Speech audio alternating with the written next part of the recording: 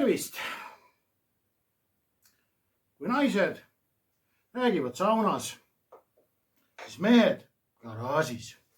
See siin on krüptogaraaž. Aga enne, kui lähme põhiprogrammi juurde, tuleb täita kohustuslik osa. Tähelepanu! Tegemist ei ole finantsinvesteeringu või infoga. Mul puudub igasugune haridus ja ka kogemus. Tegu on välja mõeldud muinaslooga, mille tegevus toimub 7 maa ja mere taga banaanimaailmas, banaanivabariigis. Kõik saate tegelased ja kohad ja jututeemad on välja mõeldud uimas olles. Ja kui on muinasloos mingeid sarnasursi päris eluga, siis on see juhuslik. See saade ei ole mõeldud ei naistele ega lastele. Antud saate tegija kasutab vulgaarset keelt ja on väga labane. Iga kord, kui saade hakkab, suitsetan ma kommileevi, vanu rehve ja joon puubeeritust. Ja kõik see, millest ma räägin siin, saadetakse mu pähe meditatsiooni teelt. Krüptovõti Marta poolt. Tänan tähelepanu eest. Hei, siin krüptogaraaž uue saatega.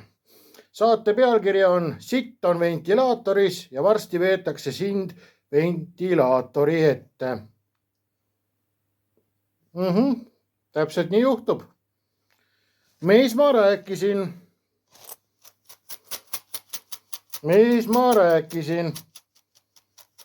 Väärismetallid, ostke väärismetalle.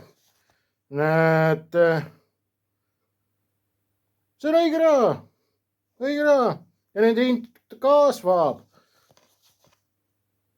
Jõulude ajal seesama mündikene oli 33 euri.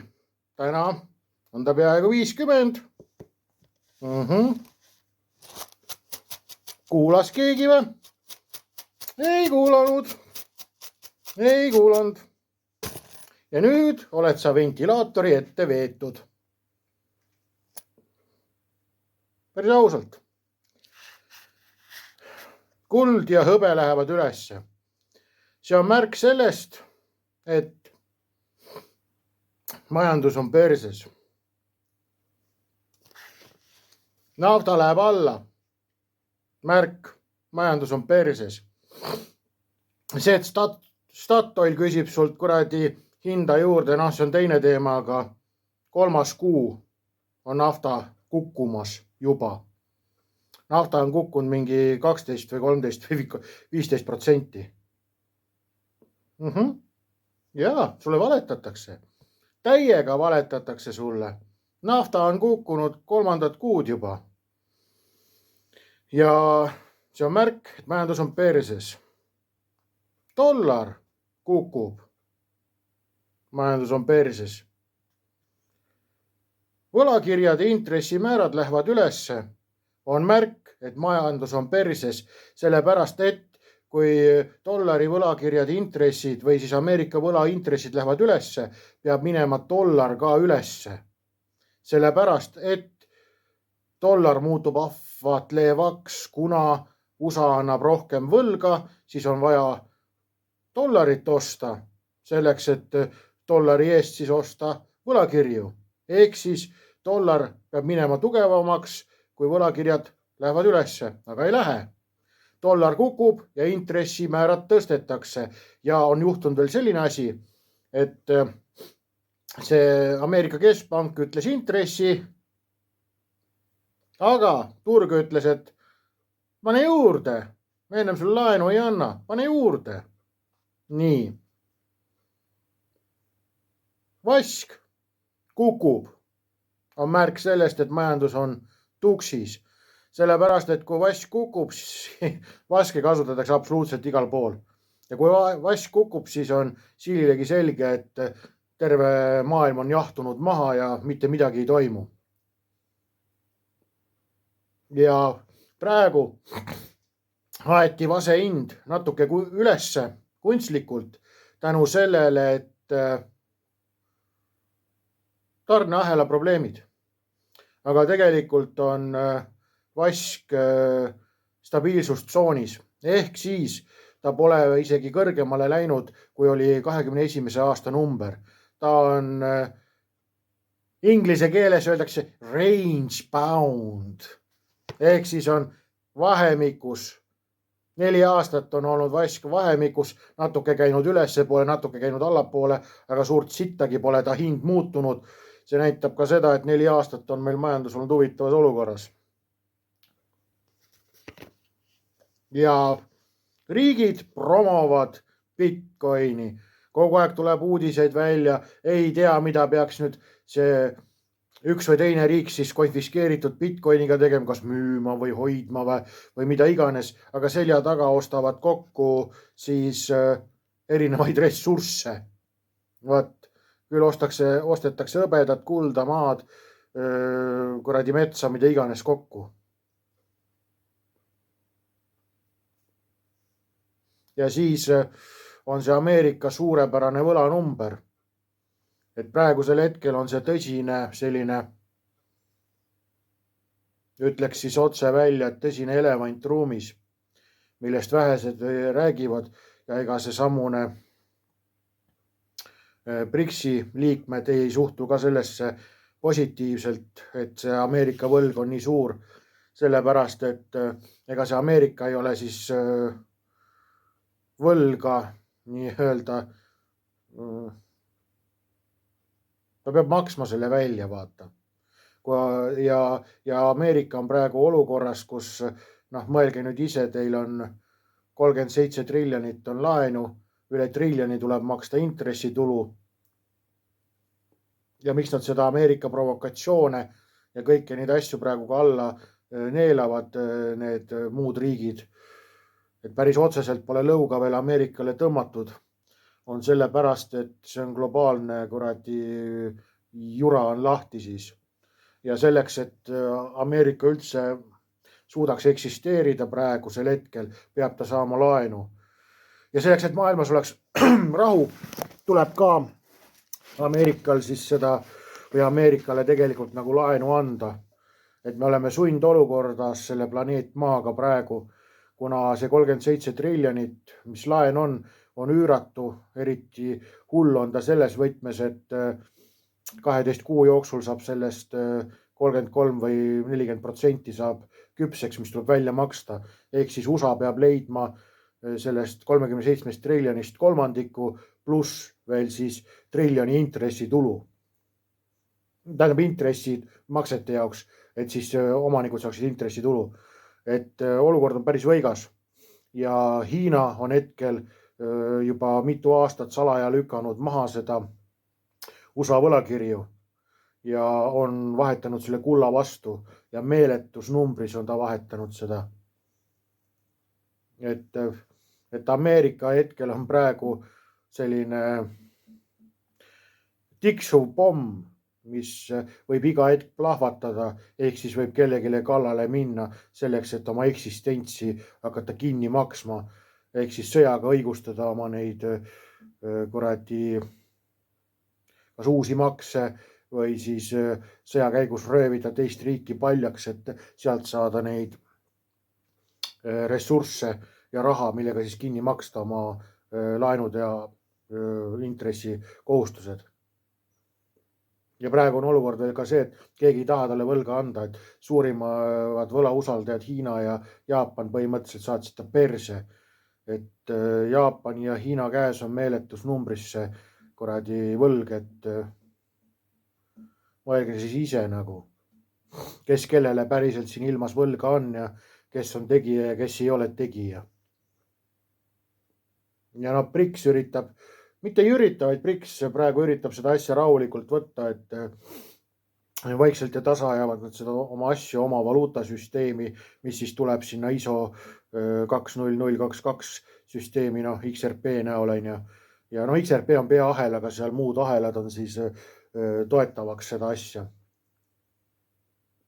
Ja selle kulla ja hõbeda hinna niisugune meeletu tõus näitab praegu seda, et ütleme siis otse välja teile, poisid, vaadates kulla hinda, mis kuld on kasvanud, siis pea 100% hõbe ka. No mõned protsendid on vist puudus või mõnemad protsendid on kullal näiteks üle, aga sitta sellest ärme aja siin juuksekarvu peeneks, ega ütleme, et keskeltläbi on 100% olnud siin 9 kuu või 10 kuuga inflatsioon, sellepärast et kuld ja hõbe on reaalajas peegeldavad siis maailmas toimuvat, et jah, palju õnne teile ja meile ja mulle ja meile kõigile, et maailm on perses ja maailm on tõsiselt perses ja kuidas need asjad nüüd hakkavad lahenema.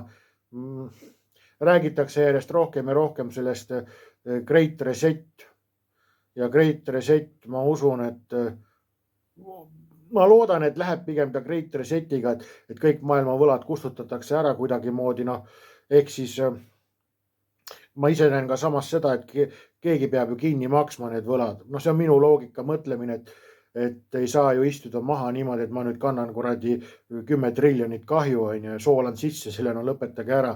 Pigem ma arvan seda, et kes see kannataja on see väike inimene, kes siis maksab kinni selle asja, maksab kinni siis selle näol, et kas peab sõtta minema, mis on halvem variant, et Great Reset ei õnnestu, või on siis see, et Great Reset õnnestub ja siis ta maksab kinni selle, et hakkab veel igasuguste peidetud teenuste eest maksma, mida iganes, vaata. Tänasel päeval on ju selline asi, et mida tegi siis, oli ta Volkswagen. Volkswagen tegi ju sellise asja, et andis siis välja omal kuradi uue autole pani siis 130 kilovatti baas selleks ja siis iga kuu kuradi püsitellimusena saad omale 30 kilovatti juurde tellida. No näete, kuhu see asi läheb, vaata.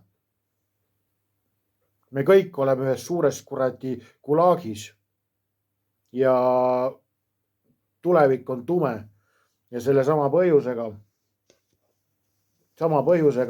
ma siin olen juba seda kuradi metalli ligi tõmmanud. Krüptos olen sees, ütleme pigem kergete hirmudega, aga need summad, mis ma olen sisse pannud sinna, kui läheb sitasti, siis pole midagi teha. Kuigi ma ei usu, et läheb sitasti, ma pean silmas siis konfiskeerimisi, et antakse käsk, et on riiklikult või ülemaailmne tähtsaks saanud krüptovaluutad ja need ei kuulu eraomandisse, vaid on institutsionaalsed. See võimalus on alati olemas, alati on võimalus, et on selline siis kokkukorjamine. Et kes investeerib, see peab jälgima kuldset reegleid, et ei investeeri rohkem, kui oled nõus kaotama. Mina olen selles suhtes üsna suure riski tolerantsiga selles mõttes, et jah, ei hakka lähemalt seda selgitama. Minu riskide taluvused on palju suuremad, tuginedes ka teatud põhjustele, et nad peavad ikkagi selle krüpto jätma kätte kuidagimoodi, kui nad tahavad Great Reseti teha rahulikult. Et keegi peab kinni maksma selle võla. Keegi peab kinni maksma ja kes selle maksab, maksabki tavarahvas, ostes seda krüptot, kaubeldes siis krüptoga, makstes krüptoga, makstes intressitulu, omanditulu, makstes seda, et üldse vaatasid krüpto poole, mida iganes.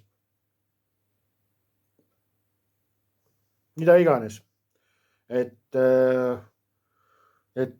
niimoodi nad teevad ja väärismetalliga on vähekene teine teema, et näiteks sellele ühele hõbedamündile on olemas selline koht nagu US Debt Clock ehk USA võlakell ja USA võlakell näitab seda, et üks hõbemünt peab olema 1500 täna ja üks kuldmünt mitte 4000, vaid lausa 10 000. Ja ma arvan seda, et see on nüüd selline olukord, et nad kasutavad siis, mida on käinud välja minust nutikamad, et kasutavad siis võla kustutamiseks kahe kombinatsiooni. Krüptod ja siis väärismetallid. Et olukord on praegu tõsine, et kordan üle punktid praegu. Kuld-hõbe on üleval, mis näitab, et majandus on tuksis, nafta on all, majandus on tuksis, vask on range bound ja tal on libatõus, ehk siis vask on tegelikult languses, näitab majandus on tuksis. Dollar langeb, majandus tuksis, eriti tugev näitaja on see, et USA võlakirjade protsendi, see intressi siis tulu protsent viidi ülespoole, aga dollar ei tõusnud. See on veel eriline karm näide, et majandus on tuksis. Kolmas lisand sellele siis on selle võlakirjade ja dollari lisand on see, et võlaandjad ütlesid, et kuule, hoopis meie ütleme, mis see protsent on. Siis riigid praegu kraabivad kokku erinevaid ressursse. USA meeletu võlg, siis on see, et igalt poolt promotakse, kui tore on Bitcoin, kuidas Bitcoini pannakse erinevatesse fondidesse, erinevatesse hoiustesse, aga tagataustal on see, et nende samade fondide hoiuste sees on siis XRP, aine. Vot nii. Ja eriti veel, et Maailmapank kuulutas ju XRP maailma stabiilmündiks, et noh, kui oled mu saateid vaadanud, siis värvi on omajagu nendes saadetes.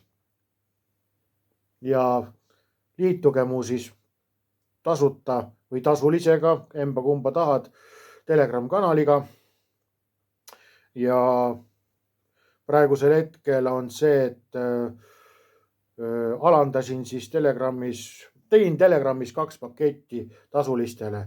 Üks on sota, kus näed kõike, aga tund aega suhtlen sinuga ja 5 sotti on siis see kuumaks, kus ma hellitan sind märkimisväärselt rohkem. Ja tasuta Telegram on siis KG uudised, seal tuleb uudiseid ja seal siis toimetan ja suhtlen, kuidas tuju on. Ja miks sa ei võiks mulle pappi anda? See on juba klassikaks saanud mul iga saate lõpp, et miks sa ei võiks mulle pappi anda? Kui sul on raha, et kuulata, kuidas siis majandusajakirjas mingid tolad ajavad juttu või annetad mingitele kuradile pastapeadele või annetad seal kuradi joogistele eitedele TikTokis, et seda raseerimistona saaks nad teha. Vot. Ja eriti veel, kui meil on siin olemas erinevad sotsiaalmeedia mõjutajad, kes käivad kuradi happy igasugustel krüptoüritustel, aga sittagi nad ei räägi, mida nad nägid. Rohkem hooritavad või hööritavad oma perset seal ja panevad meiki näkku ja on ilusad ja toredad. Aga videosid ei tule, mis seal päriselt räägitakse või mis seal päriselt tehakse. Ma olen igati ära teeninud. Ja iga mu uudiskirja või iga õhtu, kui ma saadan uudised välja, on mul ka toona aadressid. Tänan annetajatele, isegi kui sa annetad mulle 50 senti, ütlen sulle aitäh, sest erinevad materiaalsed võimalused on meil. Et aitäh iga annetuse eest ja tšau, pakaa, näeme garaažis.